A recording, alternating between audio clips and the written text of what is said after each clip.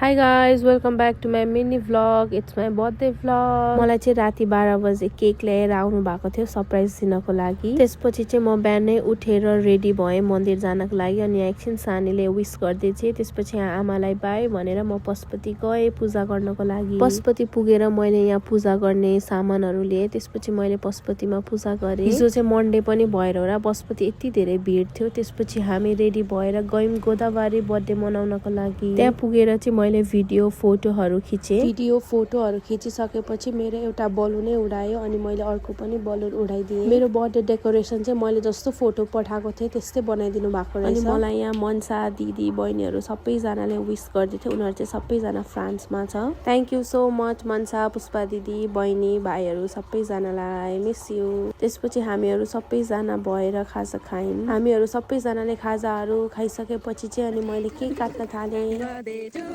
Happy birthday to you, dear Christmas. Happy birthday to you.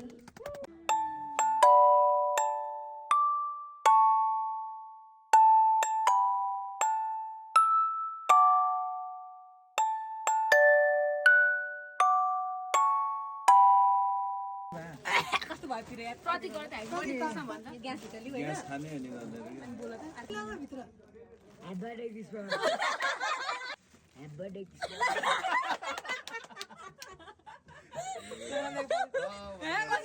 Birthday celebrate गरिसकेपछि चाहिँ लास्टमा mess यस्तो थियो। त्यसपछि हामी सबैजना आफ्नो घर गयौँ। म चाहिँ मामा घर जानुपर्ने थियो। आज चाहिँ मामा माइजूको फ्लाइट थियो मेरो बर्थडेको दिन अनि त्यही भएर म र प्रतीक चाहिँ मामा घर गयौँ। म चाहिँ मामा घर पुग्दाखेरि यहाँ सानीले गाली गर्दै थियो मलाई। त्यसपछि सबैजना रेडी भइसक्नु भएको थियो जानको लागि। ढिलो पनि भइसकेको थियो। आमाले चाहिँ यहाँ मामा माइजूहरू सबैजनालाई टिका लगाइदिइसक्नु भएपछि चाहिँ मलाई पनि लगाइदिनु भयो माइजूले, किनभने मेरो बर्थडे हो नि त। अनि सानी चाहिँ जतिखेर पनि मैसँग बसिरहेको थिएँ, एकछिन पनि छोड्न मानिरहेको थिइनँ, माया गरेको गरेँ। त्यसपछि हामी घरबाट निक्ल्यौँ सबैजनालाई बाई भनेर। एयरपोर्ट पुगिसकेपछि चाहिँ एकछिन पनि टाइम वेस्ट नगरेर मामाहरू जानुभयो। अनि सानीले चाहिँ मलाई छोडेकै थिएन, मलाई पनि सानीलाई छोड्नै मन थिएन, तर पनि अब जानै पर्छ।